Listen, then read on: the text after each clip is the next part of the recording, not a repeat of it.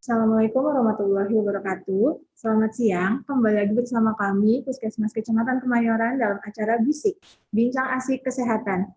Sebelumnya, kita mau minta maaf dulu, karena harusnya episode ini tuh tayang di hari Kamis minggu lalu. Cuma karena ada suatu dan lain hal, jadinya harus kita undur ke hari ini. Cuma semoga nggak apa-apa ya, semoga ini nggak menurunkan antusias untuk menyaksikan acara bisik-bisik kita pada siang hari ini.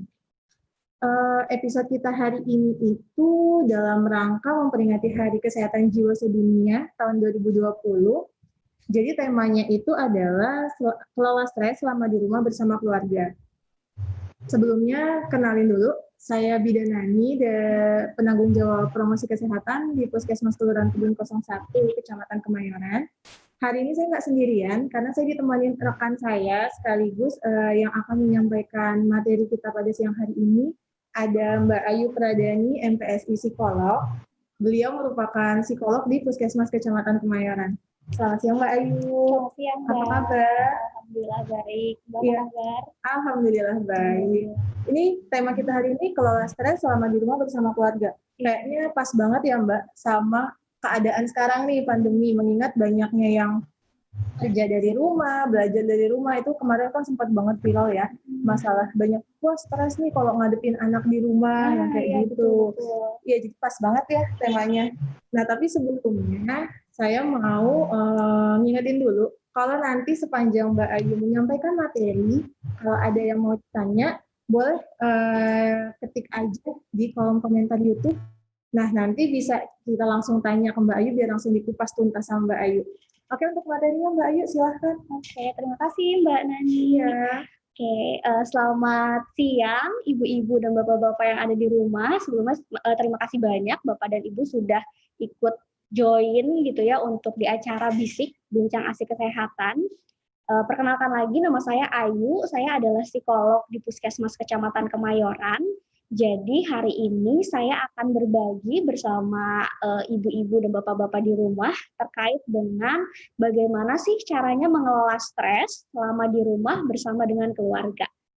Nanti kalau misalnya ada hal yang ingin ditanyakan atau kurang jelas, nanti silahkan tanyakan saja pada kolom komentar ya. Oke.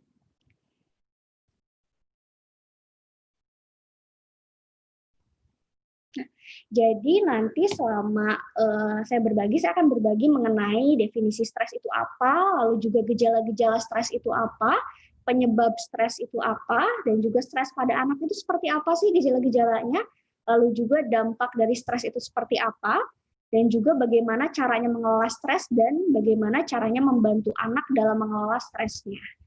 Oke. Nah, memang nih selama masa pandemi ini wajar sekali sebenarnya stres kita meningkat gitu. Kenapa wajar? Karena kan memang selama pandemi ini gitu ya banyak sekali tantangan-tantangan dan juga perubahan-perubahan yang terjadi gitu.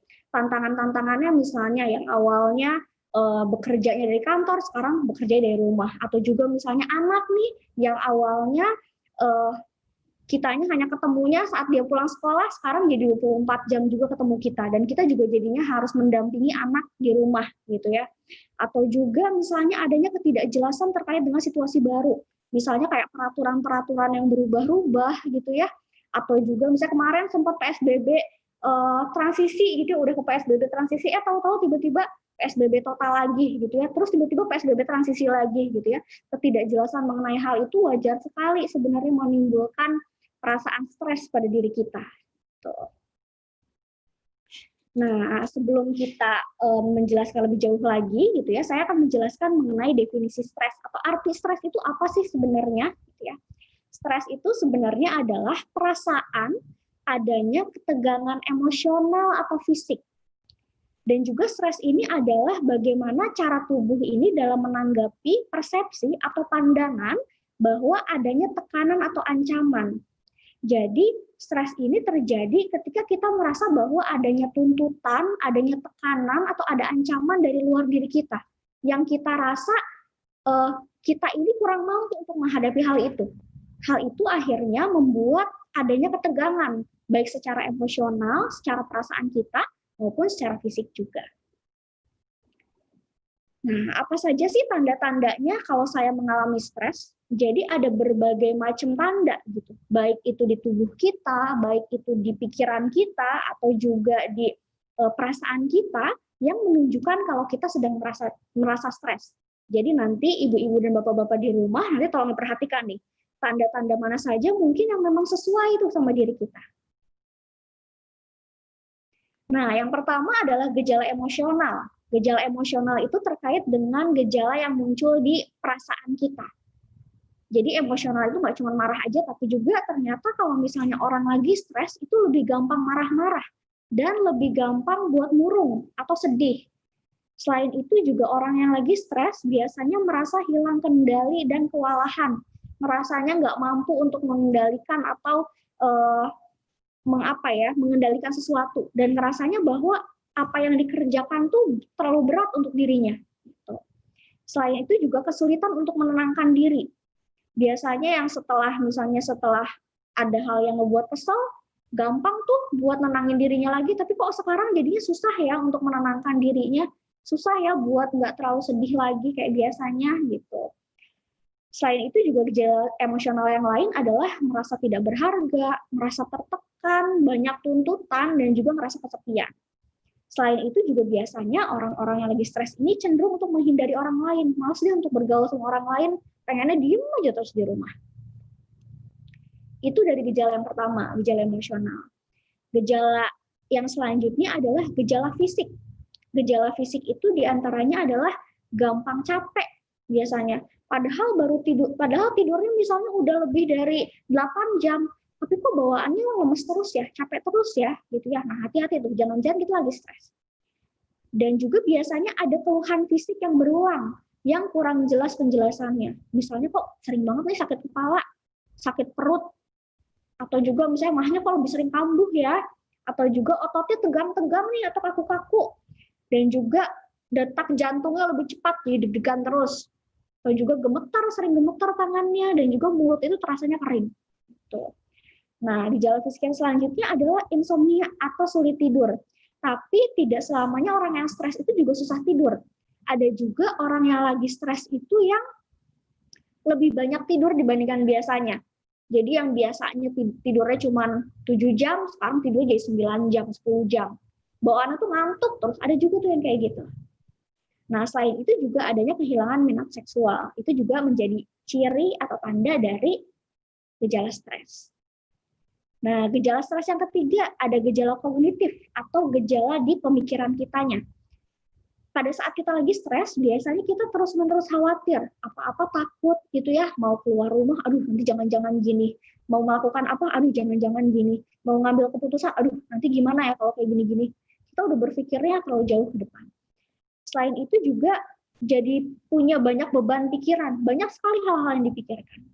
Selain itu juga susah fokus, jadinya susah untuk konsentrasi, jadinya juga gampang lupa akhirnya gitu ya.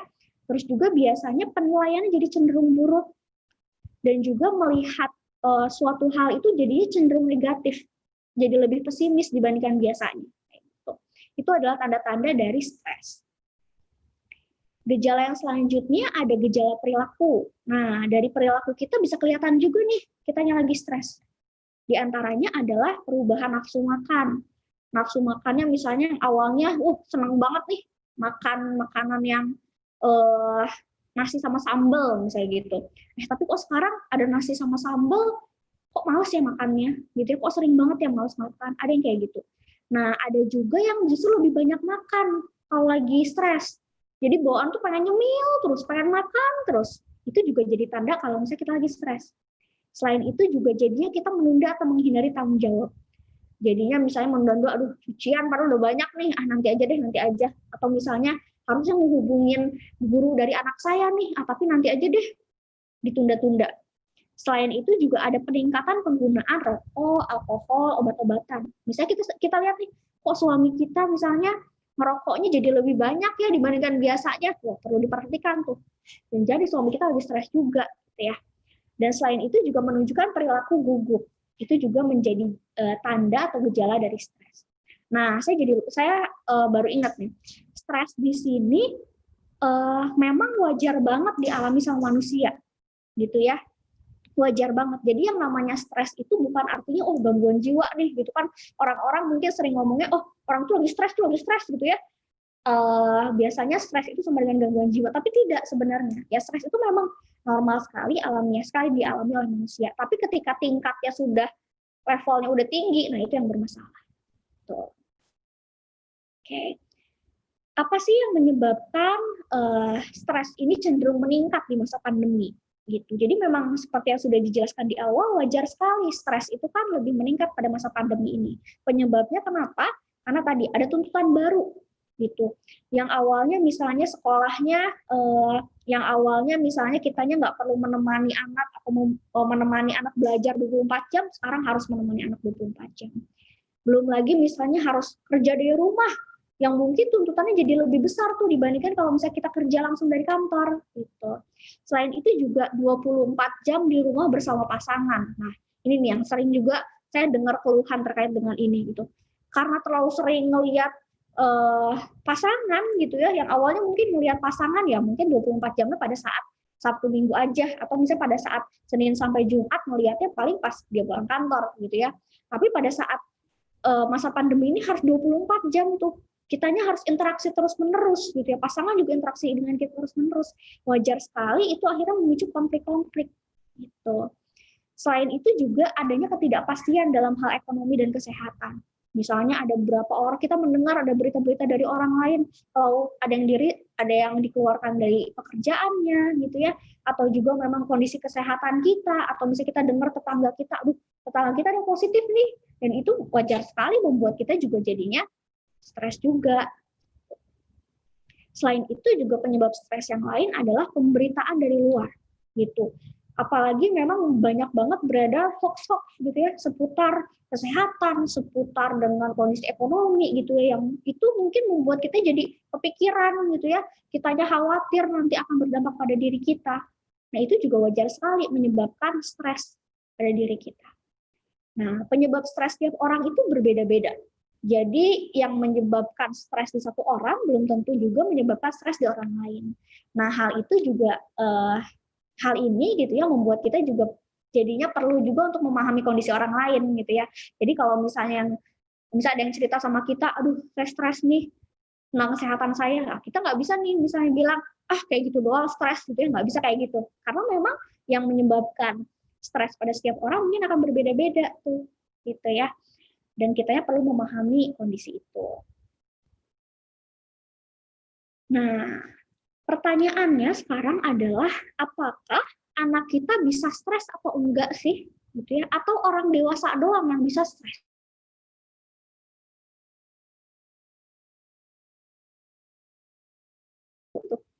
Anak kita juga bisa mengalami stres. Anak kita juga bisa tuh mengalami stres. Jadi nggak cuma orang dewasa aja yang mengalami stres, tapi anak-anak juga bisa. Tandanya apa sih kalau misalnya anak kita stres? Dan anak yang mengalami gejala stres ini nggak cuma di anak-anak yang SD doang atau remaja doang, nggak kayak gitu. Tapi bayi pun bisa merasakan stres. Tandanya seperti apa? Biasanya pada bayi mereka lebih rewel.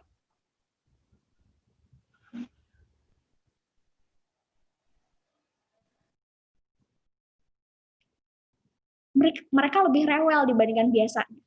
Terus juga adanya perubahan kebiasaan makan dan juga tidur. Misalnya jadi malas makan, gitu, jadi tidurnya kok bentar-bentar kebangun, atau juga jadinya lebih kesulitan untuk belajar berjalan atau berbicara. Itu juga tanda stres pada bayi. Selain itu, tanda stres yang lainnya pada balita nih, lebih sering tantrum, lebih sering emosinya meledak-ledak gitu dibandingkan biasanya. Terus juga lebih sulit untuk mempelajari keterampilan baru dan kesulitan tidur. Gitu. Itu adalah tanda balita yang mengalami stres. Nah, pada anak-anak yang usianya lebih tua dibandingkan balita dan juga remaja, tanda stresnya adalah mereka sudah mulai bisa mengekspresikan sebenarnya, gitu. Jadi bisa lebih kelihatan. Tandanya adalah mereka merasa lebih sering sedih, lebih sering murung, gitu ya, atau juga lebih gampang marah-marah nih anak kita, atau juga khawatir sepanjang waktu kok bawaannya dia nggak mau. Khawatir ini ditandai dengan anaknya jadi menghindari aktivitas-aktivitas tertentu. Misalnya kok dia malas-malesan ya ikutan kelas pembelajaran online misalnya gitu. Terus juga selain itu tidak mau makan, nafsu makannya terganggu, susah tidur. Selain itu juga sering mengeluh sakit perut atau sakit kepala. Itu yang setelah dibawa ke dokter, udah diobatin tapi kok kambuh lagi ya. Perlu dipertanyakan nih, ini anak kita lagi stres atau enggak ya?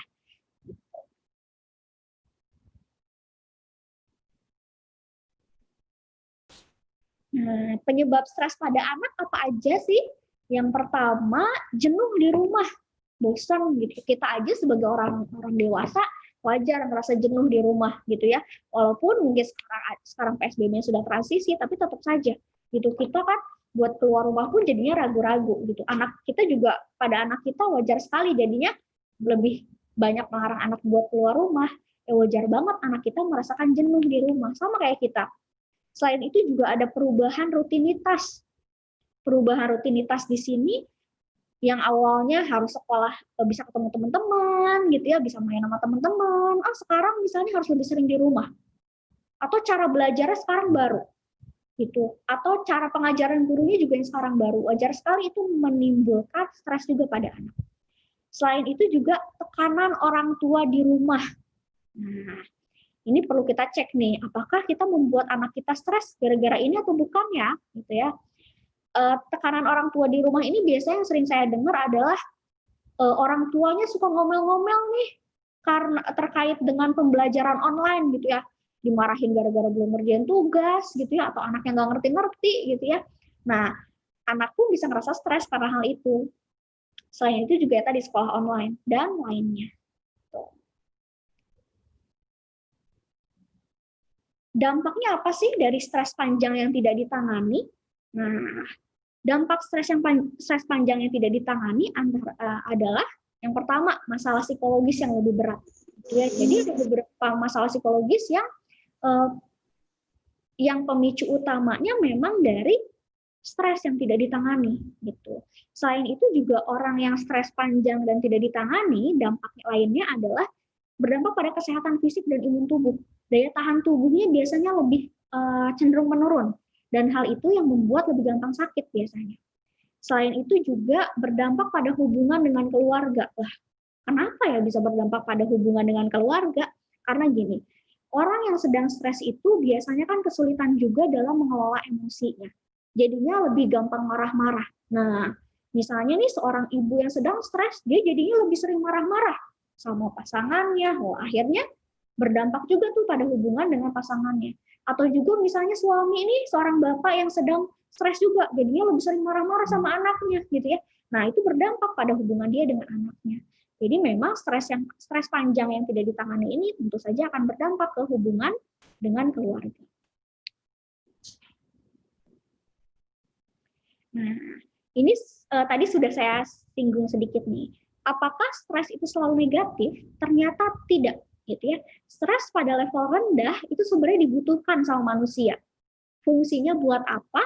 Untuk memotivasi kita untuk melakukan sesuatu dengan baik sebenarnya.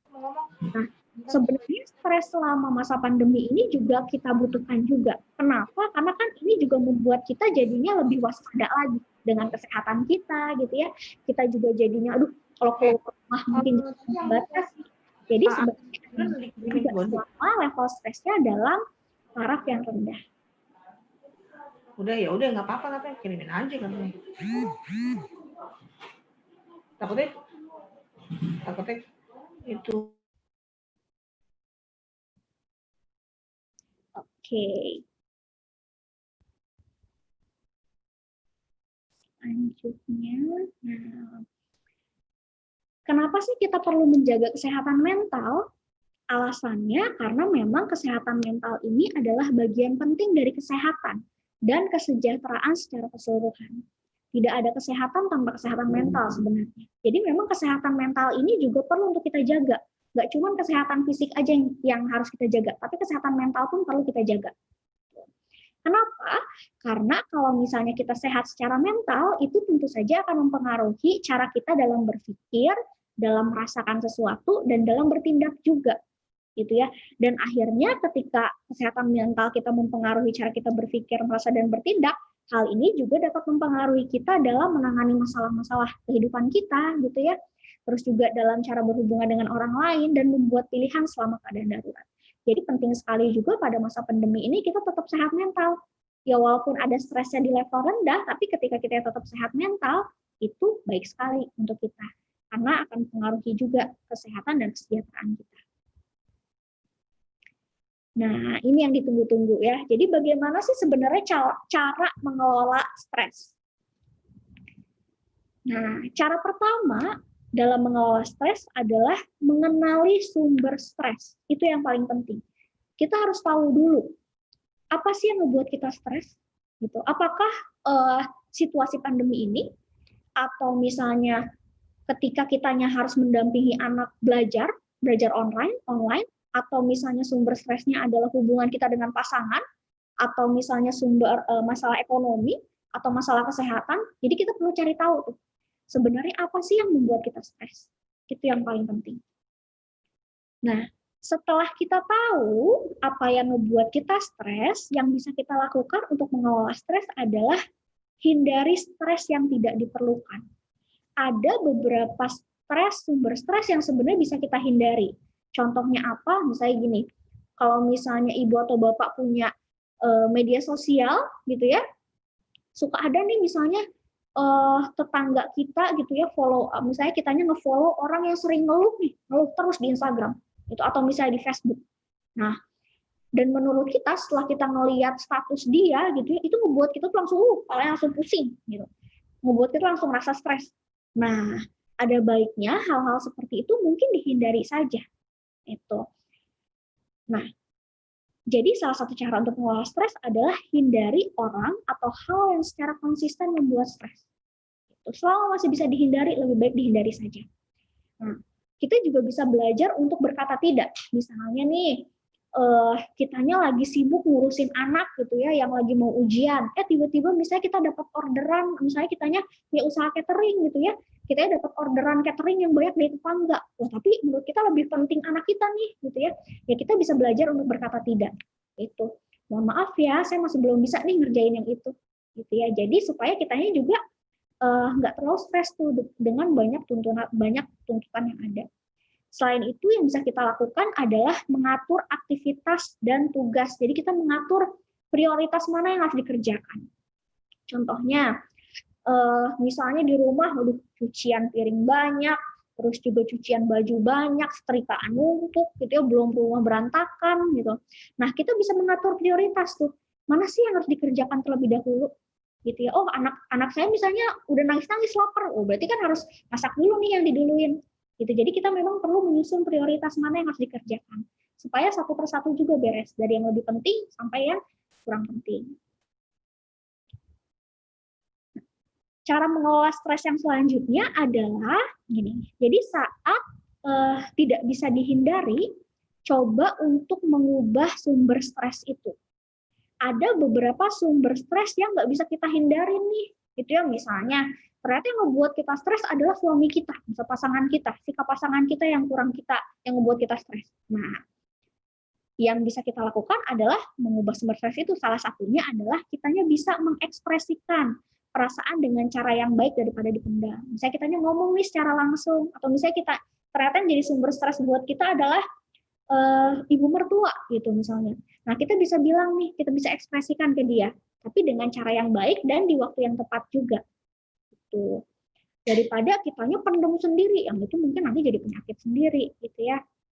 Kitanya bisa bilang baik-baik apa yang kita nggak suka gitu ya. Nah, selain itu juga setelah kitanya ekspresikan perasaan kita dan pendapat kita serta keinginan kita sama orang lain, kita juga perlu berkompromi dengan orang lain. Berkompromi ini maksudnya kayak gini. Ketika kitanya menawarkan sesuatu sama orang lain, kitanya meminta sesuatu sama orang lain, ada kalanya kita juga harus merubah sesuatu tuh. Kita perlu memberikan sesuatu juga sama mereka, gitu ya. Misalnya pada ibu mertua misalnya, atau misalnya pada pasangan gitu ya. Boleh nggak misalnya kalau misalnya lagi hari Sabtu Minggu misalnya, tolong bantuin saya dong misalnya beresin ruang tamu misalnya kayak gitu. Nah, kalau misalnya kamu habis beres, setelah kamu beresin ruang tamu, boleh deh habis itu kamunya main game dulu, misalnya kayak gitu. Itu adalah cara kita berkompromi dengan orang lain. Selain itu juga ciptakan jadwal yang seimbang. Nah, ada kalanya nih selama di rumah, waktu kita jadinya terutama buat bapak dan ibu yang bekerja dari rumah gitu ya, ada kalanya 24 jam tuh jadinya buat pekerjaan biasanya. Gitu. Jadinya nggak ada batas antara waktu bekerja dengan tidak bekerja. Nah, penting banget untuk kita tetap punya jadwal yang seimbang antara waktu bekerja dengan waktu istirahat. Gitu. Jadi memang tetap perlu ada saat-saat di mana kitanya istirahat dan refreshing juga, gitu ya. Jadi tetap luangkan waktu untuk istirahat dan refreshing. Cara mengelola stres yang selanjutnya adalah, nah, ketika kita tidak bisa mengubah stresor atau sumber stres, yang bisa kita lakukan memang mengubah diri kita. Ya ada kalanya kitanya udah bilang, kita udah mengekspresikan ke orang lain gitu ya, terkait dengan ketidaknyamanan kita sama orang lain, ternyata orangnya tetap gitu aja. Nah, yang bisa kita ubah adalah diri kita. Bagaimana caranya? Yang bisa kita lakukan adalah mengubah sudut pandang baru. Kitanya coba untuk melihat sesuatu hal dari sudut pandang yang berbeda. Gitu. Nah, kalau misalnya Bapak Ibu bisa lihat di gambar nih, di gambar sebelahnya, ada satu orang di tempat yang sama, tapi ngelihat ke kanan sama kirinya beda. Gitu ya. Kalau ngelihat ke arah yang sebelah kiri, lebih gelap. Nah, tapi ketika dia coba ngelihat sebelah kanan, dia ngelihat sesuatu yang berbeda, yang lebih indah. Gitu. Jadi ketika ada suatu hal, misalnya nih kita ngelihat, ini kapan nih anak kita misalnya bisa sekolah kayak biasa lagi, gitu ya. Soalnya udah capek banget nih misalnya nemenin mendampingi anak dalam belajar, gitu.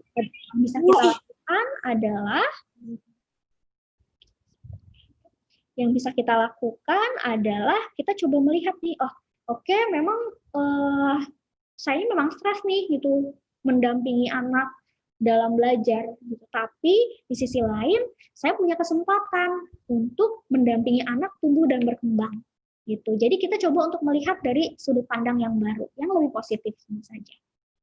Selain itu yang bisa kita lakukan adalah menurunkan standar dan harapan. Ada kalanya yang membuat kita stres adalah ketika kita punya harapan yang terlalu tinggi buat diri kita sendiri dan juga buat orang lain. Kitanya menaruh harapan, orang lain tuh harus gini, atau menaruh harapan sama diri sendiri. Wah, ini saya sebagai ibu rumah tangga, rumah itu harus super rapih, nggak boleh berantakan sedikit pun. Padahal anaknya nih lagi aktif-aktifnya, gitu ya. Nah, itu yang kadang-kadang ngebuat kita stres tersendiri. Atau misalnya kita punya harapan, wah, suami saya itu dari Senin sampai Minggu pokoknya harus kerja terus, nggak boleh istirahat sama sekali. Itu kan standar yang tinggi banget tuh, yang mungkin tidak bisa dicapai juga sama orang lain. Bahkan kalau misalnya kita menerapkan harapan itu sama diri kita sendiri, kita juga mungkin tidak bisa mencapai itu. Jadi coba turunkan harapan-harapannya, turunkan standar-standar kita ke orang lain maupun ke diri kita sendiri. Ya nggak apa-apa sih misalnya rumah kita berantakan sedikit, toh yang penting anak saya bisa bebas, bisa berkembang dengan dianya ngoprek-ngoprek macam-macam, kayak gitu. Ya nggak apa-apa sih suami saya misalnya hari Sabtu dan Minggu dia istirahat, kan Senin sampai Jumat dia udah bekerja keras. Gitu. Jadi kita menurunkan harapan-harapan dan standar. Selain itu, yang bisa kita lakukan juga adalah bersyukur. Melihat hal baik yang terjadi. Gitu.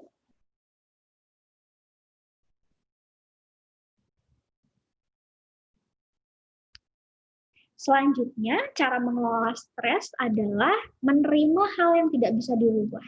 Ada kalanya memang orang lain nggak bisa dirubah juga, sumber stresnya nggak bisa dirubah, diri kitanya juga sulit untuk dirubah, gitu ya. Misalnya ada kejadian-kejadian, misalnya kitanya dapat sakit tertentu, misalnya kitanya positif COVID, gitu ya. Nah, hal tersebut kan nggak bisa kita ubah nih, gitu ya. Mau kita gimana pun nggak bisa berubah, kecuali memang kitanya berobat, gitu ya, bisa. Nah, bagaimana caranya mengelola stres ketika kitanya mengalami kondisi seperti itu? Yang pertama adalah jangan mencoba untuk mengontrol hal yang tidak bisa dikontrol. Ada kitanya kalau bisa nih di kehidupan kita gitu ya, nggak semua hal bisa kita kontrol. Contohnya apa? Misalnya peraturan pemerintah gitu kan nggak bisa tuh kitanya kontrol. Atau sifatnya orang lain susah juga kita kontrol gitu ya. Nah, jadi kalau bisa kitanya hanya fokus sama diri kita, fokus sama apa yang bisa kita ubah nih, kita kontrol gitu. Contohnya apa nih? Contohnya misalnya, aduh nih greget nih misalnya peraturannya kok berubah-ubah terus ya, misalnya kayak gitu.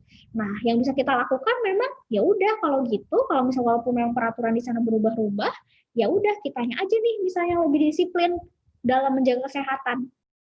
Jadi dengan kitanya fokus pada apa yang bisa kita kontrol, itu juga membuat diri kitanya kayak merasa punya kekuatan gitu mengenai apa yang bisa kita lakukan.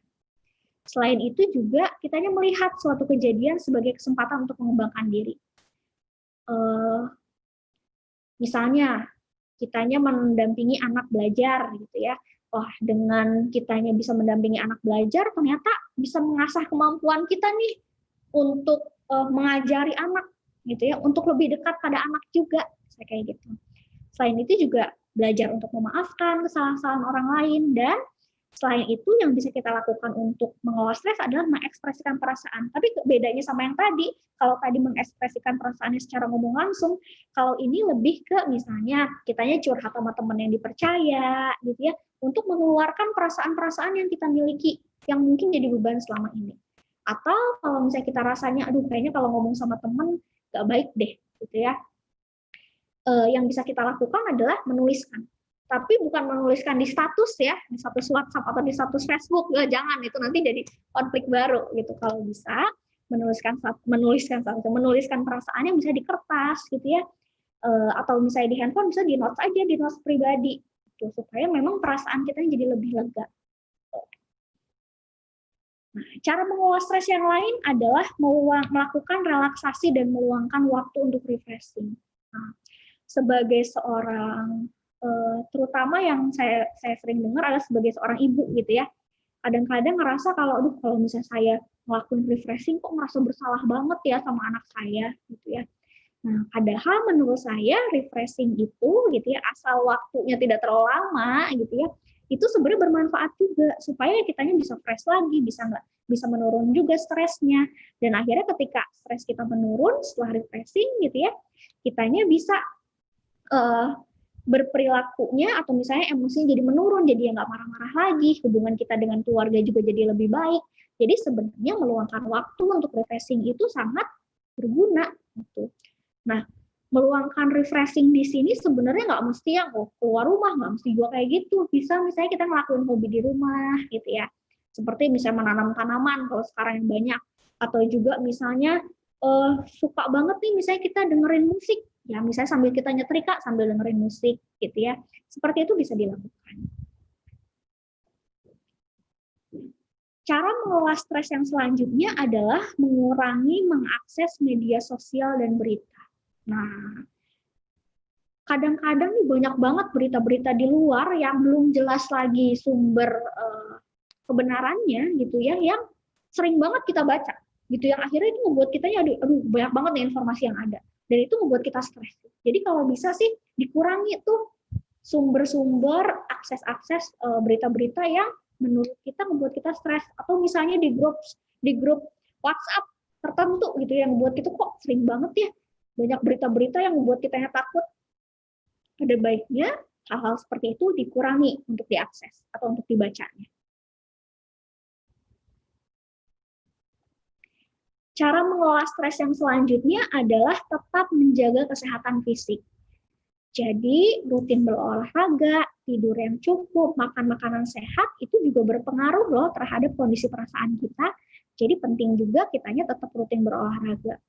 Kalau misalnya mengeluhnya, aduh nggak ada waktu nih buat olahraga, paling enggak misalnya pagi-pagi atau misalnya sore-sore ngelakuin aja tuh gerakan pemanasan sekitar 30 menit atau 20 menit atau 30 menit. Itu juga sudah membantu sebenarnya. Supaya badan kita nyaman, perasaan kita juga ikut pengaruh juga tuh. Cara mengelola stres yang selanjutnya adalah tetap menjalin relasi sama orang lain, tetap berhubungan sama orang lain. Tentu saja kalau sekarang kan lebih gampang ya, misalnya lewat telepon, lewat video call, tanyain kabar gitu ya, orang-orang terdekat gitu. Hal seperti itu juga bisa kita lakukan. Atau misalnya curhat sama teman yang kita percaya lewat telepon, itu juga bisa dilakukan untuk mengelola stres kita. Nah, tadi adalah cara-cara yang bisa dilakukan oleh ibu dan bapak untuk mengelola stresnya. Selanjutnya, kalau misalnya anak kita lagi stres, kita harus ngapain sih? Nah, yang pertama adalah kita perlu menanggapi reaksi anak dengan cara yang suportif. Bagaimana sih cara yang suportif itu? Dengan cara memvalidasi perasaannya. Memvalidasi perasaannya adalah dengan kitanya tidak mengabaikan atau tidak meremehkan perasaan mereka. Yang contohnya meremehkan perasaan itu contoh seperti ini. Misalnya anak kita lagi mah takut, wah kamu gitu aja takut, wah jangan kayak gitu. Aduh pusing mah dengan tugas ini gitu ya. Wah kamu gitu doang stres, wah jangan kayak gitu tuh. Dengan kitanya berucap seperti itu sebenarnya meremehkan perasaan anak. Kitanya tidak memvalidasi perasaan mereka, tidak mengakui perasaan mereka. Padahal kitanya butuh tuh, anak kita butuh tuh untuk diakui. Sama aja kayak kita. Kalau misalnya kitanya lagi pusing banget, terus ada orang lain nih yang bilang, kamu gitu doang pusing. Wah, kita aja kan langsung sakit hati tuh digituin. Sama, anak kita pun merasakan hal yang sama seperti itu. Jadi kalau bisa kita akui perasaannya, oh iya ya nak ya, kamu ngerasa stres ya dengan masalah-masalah ini, gitu. Kamu ngerasa pusing ya dengan tugas yang kayak gini ya, gitu. Jadi kita mengakui perasaan mereka. Selain itu juga dengarkan anak, bicara dengan penuh kasih sayang. Kitanya dengarkan dulu tuh apa yang mau anaknya ungkapkan. Sama kayak kita yang seneng banget didengerin kalau kita lagi punya masalah dan pengen cerita. Sama anak pun kayak gitu. Ketika dianya lagi stres, butuh banget tuh untuk didengarkan ceritanya. Jadi ketika anaknya cerita, kita nggak usah motong. Kayak cuma, oh ya, dengerin aja sambil ngangguk-ngangguk. Gitu ya, sambil akuin perasaan-perasaannya anak tadi. Nah, selain itu yang bisa dilakukan juga adalah bantu anak menenangkan diri saat kita melihat bahwa tadi misalnya, oh anak kok sering marah-marah ya, atau kok kayaknya khawatir banget ya sampai deg-degan gitu dia bilang gitu. Oh mah jantung saya deg-degan ya gitu ya. Hal yang bisa kita lakukan adalah bantu anak untuk menenangkan diri. Salah satu cara yang paling mudah adalah bantu anaknya buat duduk dulu di kursi gitu ya. Terus kita bantu dia untuk nafas. Maksudnya pandu dia untuk nafas bareng-bareng. Yuk tarik nafas yuk panjang-panjang. Ayo buang pelan-pelan. Tarik nafas, buang pelan-pelan. Hal seperti itu bisa dilakukan untuk membantu anak. Selain itu, yang bisa kita lakukan juga adalah membuat jadwal rutin anak, supaya anak tidak kebingungan dengan rutinitas yang ada. Misalnya, waktunya kamu belajar itu dari jam sekian sampai jam sekian ya, nanti jam 3 sampai jam 4 kamu boleh bisa main game dulu. Nanti jam 5 sampai jam 6 misalnya kursus ngaji, bisa kayak gitu. Nah, hal-hal seperti itu bisa kita buat jadwalnya supaya anak juga jadinya lebih terarah dan nggak kebingungan dengan jadwal-jadwal yang kadang-kadang ya pada saat belajar dari rumah ini kan memang jadinya nggak jelas ya, misalnya gurunya bisa ngasih tugasnya jam berapa gitu ya, atau misalnya waktu main anak juga jadi kebolak-balik. Yang bisa kita lakukan adalah membuat jadwal yang rutin supaya anaknya nggak kebingungan juga. Nah, hal lain yang bisa kita lakukan juga dalam membantu anak mengelola stres adalah berikan fakta tentang apa yang sedang terjadi dan beri informasi yang jelas tentang cara mengurangi resiko tertular dengan cara yang dapat dipahami oleh usia mereka, gitu ya. Jadi kan memang kitanya perlu menjelaskan juga nih tentang situasi yang sedang terjadi di luar, gitu. Tentang pandemi COVID ini misalnya. Dan memang cara yang bisa kita lakukan bukan cuma menakut-nakuti saja, awas nanti ada ini loh, ada monster loh. Mungkin nggak seperti itu gitu ya. Tapi memang kita jelaskan gitu ya. Kenapa sih kamu perlu pakai masker gitu ya? Karena kan nanti menularnya lewat udara gitu ya. Nah, sekarang juga banyak tuh video-video gitu ya di YouTube yang bantu untuk menjelaskan hal seperti itu pada anak. Jadi kita bisa juga tuh pakai media YouTube buat menjelaskan sama anak. Selain itu juga bicara dengan anak tentang hal-hal yang mereka senangi atau syukuri. Jadi misalnya kita bisa cerita sama mereka terkait dengan bisa mendengarkan cerita mereka juga.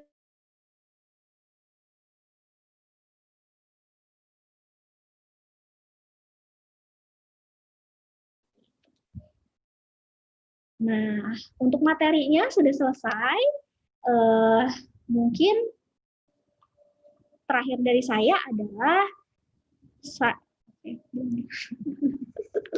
psikolog Puskesmas Kecamatan Kemayoran siap membantu untuk ibu dan bapak yang mengalami masalah-masalah psikologis gitu. Jadi untuk saat ini memang psikolog Puskesmas Kecamatan Kemayoran melayani konsultasinya melalui online gitu ya. Jadi nanti kalau misalnya ada ibu dan bapak yang membutuhkan dukungan psikologis boleh menghubungi WhatsApp melalui chat di nomor ini.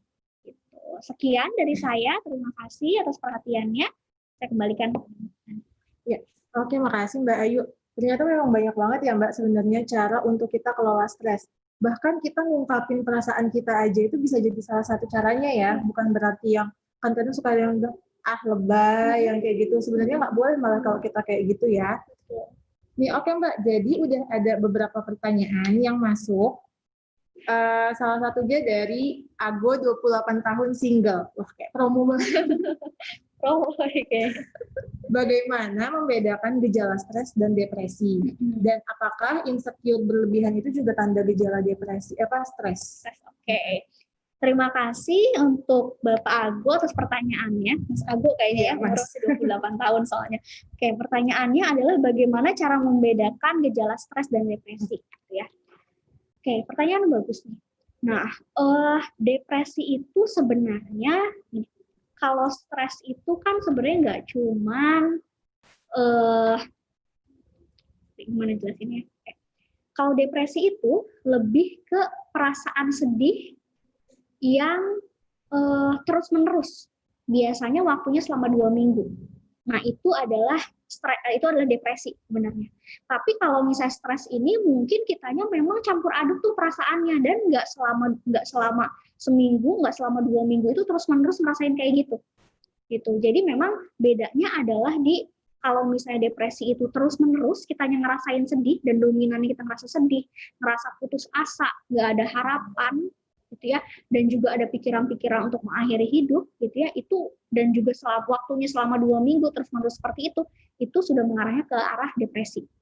Tapi kalau misalnya stres itu lebih ringan sebenarnya, gitu. Misalnya kitanya masih punya harapan hidup, gitu ya, kita juga aktivitas kita tidak terganggu sepenuhnya, gitu ya, itu bisa kita katakan kita masih mengalami stres. Oke. Terus pertanyaan selanjutnya adalah apakah insecure berlebihan juga merupakan gejala stres? Insecure berlebihan apakah merupakan gejala stres? Okay. Kalau menurut saya, insecure yang berlebihan itu merupakan sumber stres sebenarnya. Gitu loh. Ketika kitanya merasa insecure dengan diri kita, merasa tidak aman, itu memang wajar sekali membuat diri kita merasa stres. Gitu. Jadi memang insecure itu menurut saya adalah sumber stres dibandingkan gejala stres. Karena kalau gejala itu lebih ke karena insecure itu kan lebih ke apa ya Mbak ya, lebih ke secara lebih luas gitu ya. Insecure merasa tidak aman gitu ya. Walaupun memang di gejala stres pun ada tuh perasaan-perasaan kayak merasa gelisah ya, merasa nggak aman ya. Memang ada perasaan-perasaan seperti itu. Tapi menurut saya kalau misalnya insecure secara keseluruhan, merasa tidak aman, merasa tidak nyaman ya, itu merupakan salah satu sumber stres bagi diri kita. Seperti itu. Oke, terus semoga ke ini ya, Mas Ago ya. Terus ada lagi nih Mbak, dari pasien galau. Saya terkadang kalau lagi ada masalah yang bisa bikin pikiran banyak gitu, suka kambuh asam lambungnya, terus terasa sesak. Apakah itu termasuk gangguan stres? Jadi memang punya riwayat asam lambung juga, tapi makan sudah teratur. Terima kasih untuk pertanyaannya, pasien galau. Jadi memang pada saat kita stres, wajar sekali badan kita juga berespon. Itu wajar sekali badan kita juga memberikan reaksi pada saat kita stres. Gitu ya. Salah satu tandanya memang betul tuh asam lambungnya jadi meningkat biasanya. Dan ketika asam lambung meningkat gitu ya, nanti kalau misalnya ada dokter yang menonton juga mungkin bisa kasih masukan juga gitu ya, setahu saya. Tapi memang ketika asam lambung meningkat itu juga nantinya akan menimbulkan emah ya, gitu. Dan memang pada saat lagi stres itu wajar sekali juga jantung kita lebih sering deg-degannya tuh, gitu ya. Itu juga mungkin yang akhirnya membuat jadi lebih merasa sesak ya. Dan kalau nggak salah juga nih, gitu ya, sesak juga bisa timbul karena asam lambungnya juga tuh yang naik, gitu. Jadi memang wajar banget pada saat lagi ngerasa stres, kitanya asam lambungnya naik juga. Gitu. Nah, terus ada pertanyaan dari Bujang. Ini katanya adiknya kalau menjelang maghrib itu bawaannya gelisah. Terus kalau udah malam itu dia susah tidur karena takut kayak dengan hantu. Nah, nanti baru bisa tidur sekitar jam 3 pagi. Ini tuh dia hampir setiap hari udah sekitar 2 mingguan ini kayak gitu. Apakah adiknya ngalamin stres atau fobia atau kayak gimana tuh, Mbak?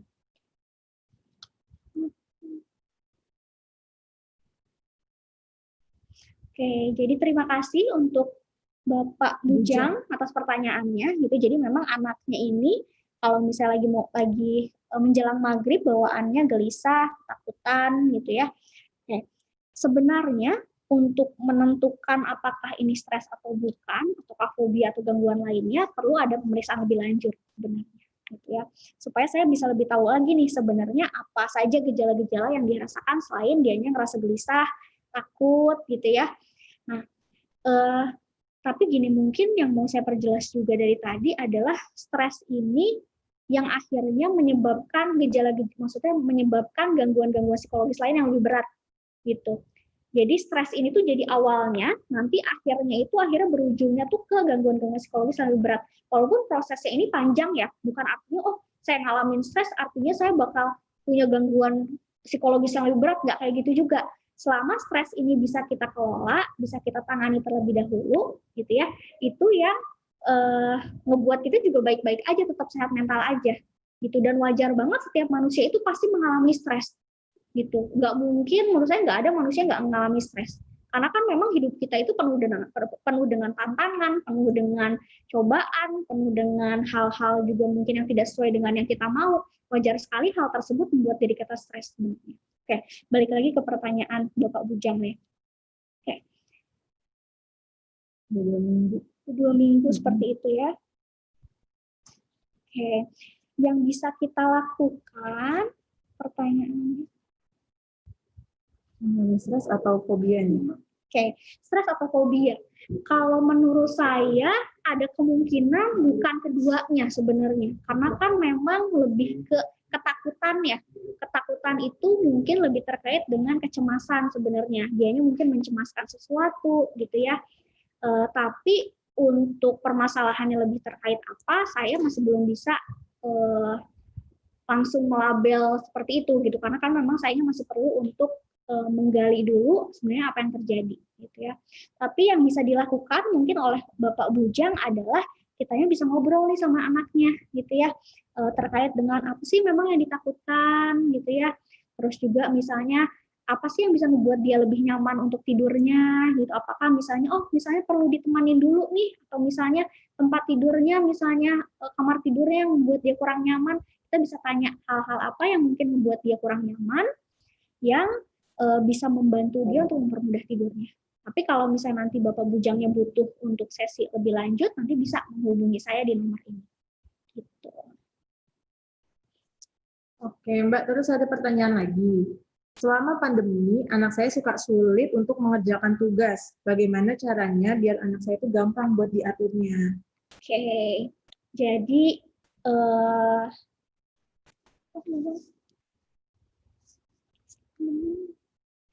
mengerjakan enggak? Bagaimana cara mengatur anak yang susah untuk mengerjakan tugas ya? Oke, ini kalau menurut saya kuncinya adalah pertama mungkin kita perlu tahu juga tuh hambatan apa sih yang sedang dirasakan oleh anak gitu. Apa sih yang membuat dianya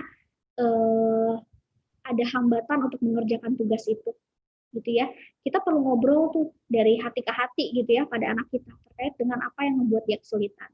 Gitu. Setelah kita tahu penyebabnya karena apa, kita coba cari tuh solusinya bareng-bareng sama anak gitu.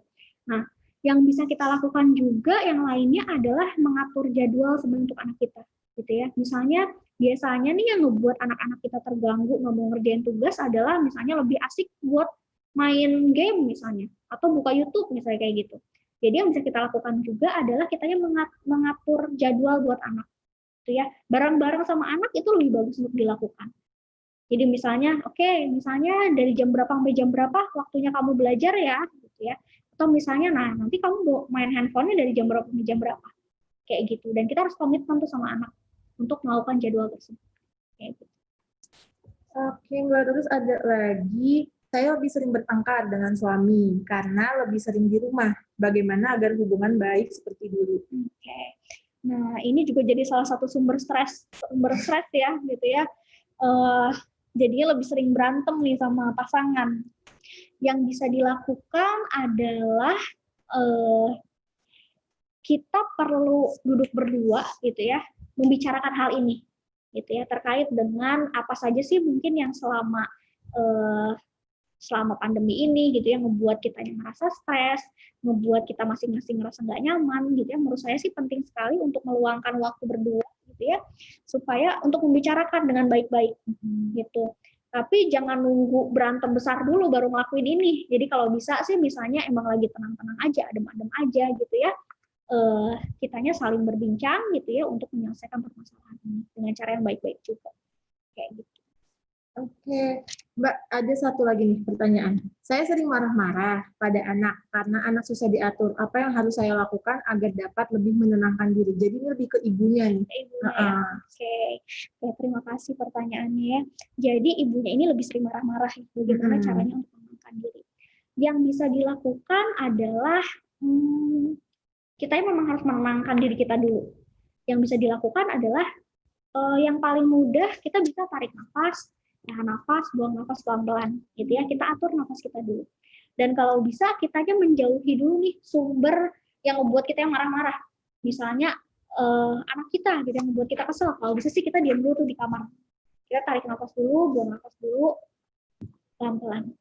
Itu yang bisa kita lakukan pertama kali. Selanjutnya yang bisa kita lakukan juga adalah kitanya perlu untuk memikirkan setelah kita tenang gitu ya, kita pikirkan dampak dari perilaku kita sama anak. Kalau misalnya kitanya marah-marah terus kayak gitu, nanti dampak negatifnya apa sih buat anak ke depannya? Gitu ya, mungkin kita perlu untuk mempertimbangkan itu. Selain itu juga yang bisa kita lakukan adalah kita mungkin melihat sudut pandang lain juga gitu ya. Jadi misalnya kitanya kesel nih, anak tuh kok berantakan banget sih? Gitu. Kok sering ngeberantakin mainan gitu ya. Kita coba melihat dari sudut pandang yang lain setelah kita tenang. Misalnya, oh ya, anak kita nih walaupun berantakan, tapi artinya nih daya kreativitas dia mungkin sedang meningkat seperti itu. Jadi kita mencoba untuk melihat dari sudut pandang yang lain. Itu bisa bantu diri kita untuk jadi lebih tenang. Oke. Oh, masih ada ternyata, Mbak.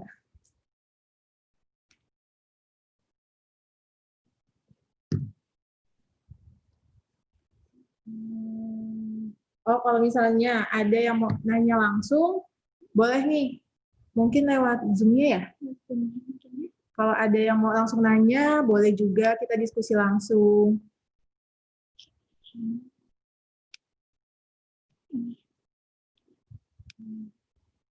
Bisa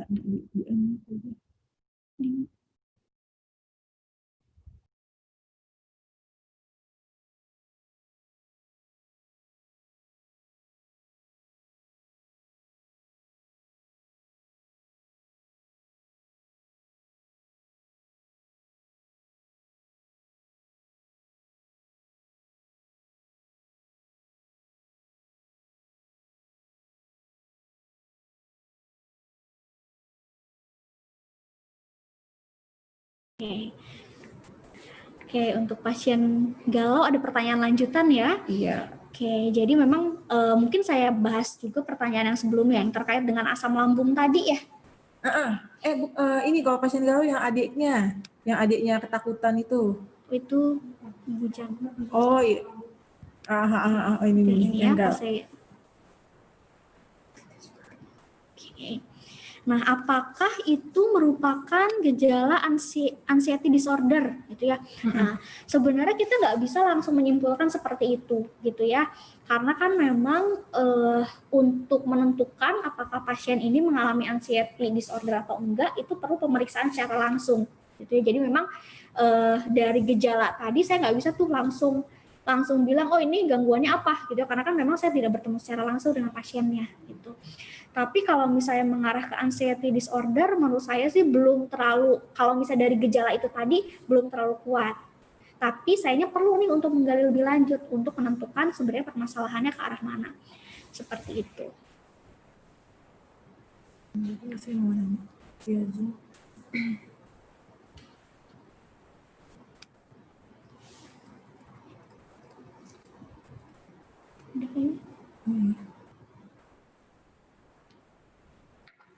Oke, kayaknya juga udah nggak ada pertanyaan lagi nih yang masuk. Jadi udah, berarti kita sudah ada di penghujung acara. Nah, berarti intinya tuh sebenarnya stres itu berarti beda ya Mbak sama gangguan jiwa ya. Dan memang banyak banget cara kita buat kelola stres. Jadi tuh jangan sampai stres itu yang ngeganggu hubungan kita sama keluarga di rumah. Karena udah tingkat stres yang kayak gitu, jadi bikin kita selalu marah-marah, nanti hubungan sama suami, sama anak jadi berjarak, itu jangan sampai kayak gitu.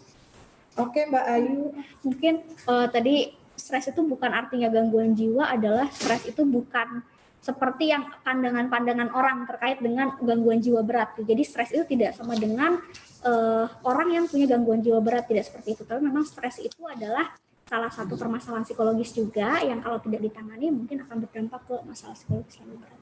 Oke deh. Ya, Mbak Ayu makasih banget buat waktunya. Makasih buat info-infonya. Itu soalnya penting banget ya Mbak di masa pandemi kayak gini, memang lagi tingkat stres yang meningkat banget. Oke, sebelumnya juga makasih untuk semua yang udah nonton. Terus kita mau ngucapin selamat Hari Cuci Tangan pakai sabun sedunia kemarin tanggal 15 Oktober. Jangan lupa 3M-nya. Terus jangan lupa juga untuk selalu update episode-episode selanjutnya, karena pasti akan ada lagi episode-episode selanjutnya. Akhir kata kami ucapkan terima kasih. Assalamualaikum warahmatullahi wabarakatuh.